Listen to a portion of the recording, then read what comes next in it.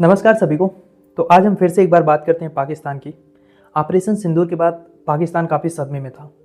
देखो, पाकिस्तान युद्ध भले ना लड़ पाए, चुनाव ये लोग भले ना करा पाए, लेकिन एक चीज़ पाकिस्तान बहुत अच्छा करता है और ये हमें मानना होगा। पाकिस्तान झूठ और प्रोपेगेंडा बहुत अच्छे से, बहुत तेज़ी से फैलाता है। तो फिर से ऑपरेशन सिंदूर के झटके के बाद ये लोग अपने काम पे लग गए हैं और इस बार इन्होंने एक नया प्रोपेगेंडा, एक नया डर इंडिया में फैलाने की कोशिश की है। लेकिन इस बार इसका जवाब पीआईबी ने नहीं दिया, बल्कि असम के सीएम हेमंत बिस्वा शर्मा ने पाकिस्तान को अच्छे से धो डाला, और वो भी फैक्ट के साथ।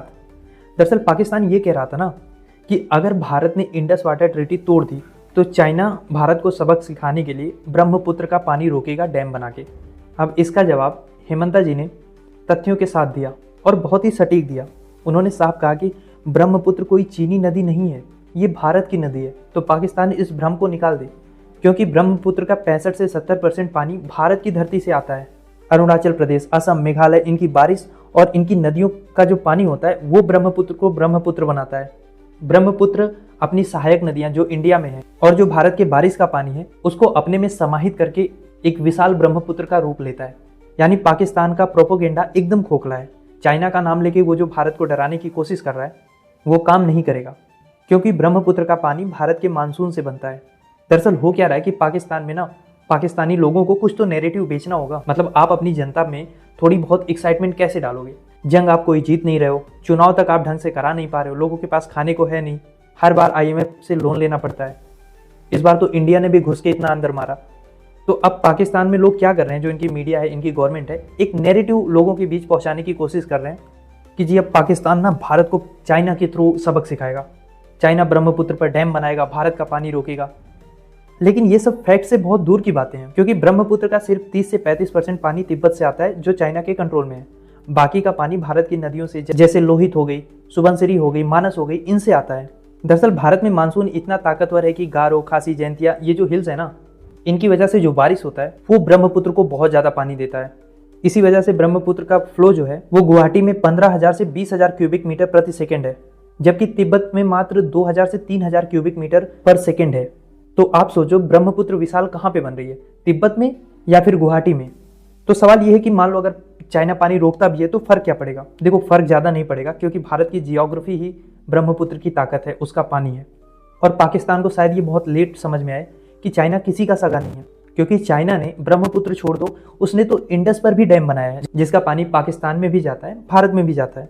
तो चलो भारत से नहीं पूछा होगा, लेकिन कम से कम पाकिस्तान के बारे में तो उसको सोचना चाहिए था ना इंडस पे डैम बनाते टाइम। पर उसने नहीं सोचा, उसने बनाया।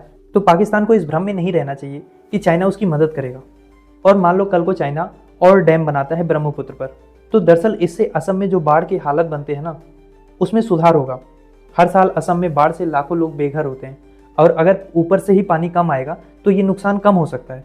यानी अगर चाइना ब्रह्मपुत्र पर डैम बनाता भी है तो उससे इंडिया का फायदा होगा। दरअसल पाकिस्तान की फ्रस्ट्रेशन और पैनिक ये है कि हमने इंडस वाटर ट्रीटी को सस्पेंड किया हुआ है। अब इंडस वाटर ट्रीटी हमने 1960 में साइन की थी, जिसके तहत पाकिस्तान को चेनाब, झेलम, इंडस का पानी दिया गया, लेकिन भारत ने अपने हिस्से का पानी कभी पूरा इस्तेमाल ही नहीं किया। और अब भारत कह रहा है कि भैया अब हम अपने हक का पानी इस्तेमाल भी करेंगे, उसको रोकेंगे भी। अब पाकिस्तान की 60% जो खेती है वो इंडस वाटर पर ही डिपेंड करती है, तो इसका पैनिक होना तो बनता है। तो उसी पैनिक मोड में ये लोग हमें चाइना के थ्रू एक थ्रेट देने की कोशिश कर रहे हैं। हालांकि हमें ये भी नहीं भूलना चाहिए कि ऑपरेशन सिंदूर से पहले ये लोग कभी कहा करते थे कि अगर इंडिया ने जी पाकिस्तान का पानी रोका तो इंडिया का खून बहेगा।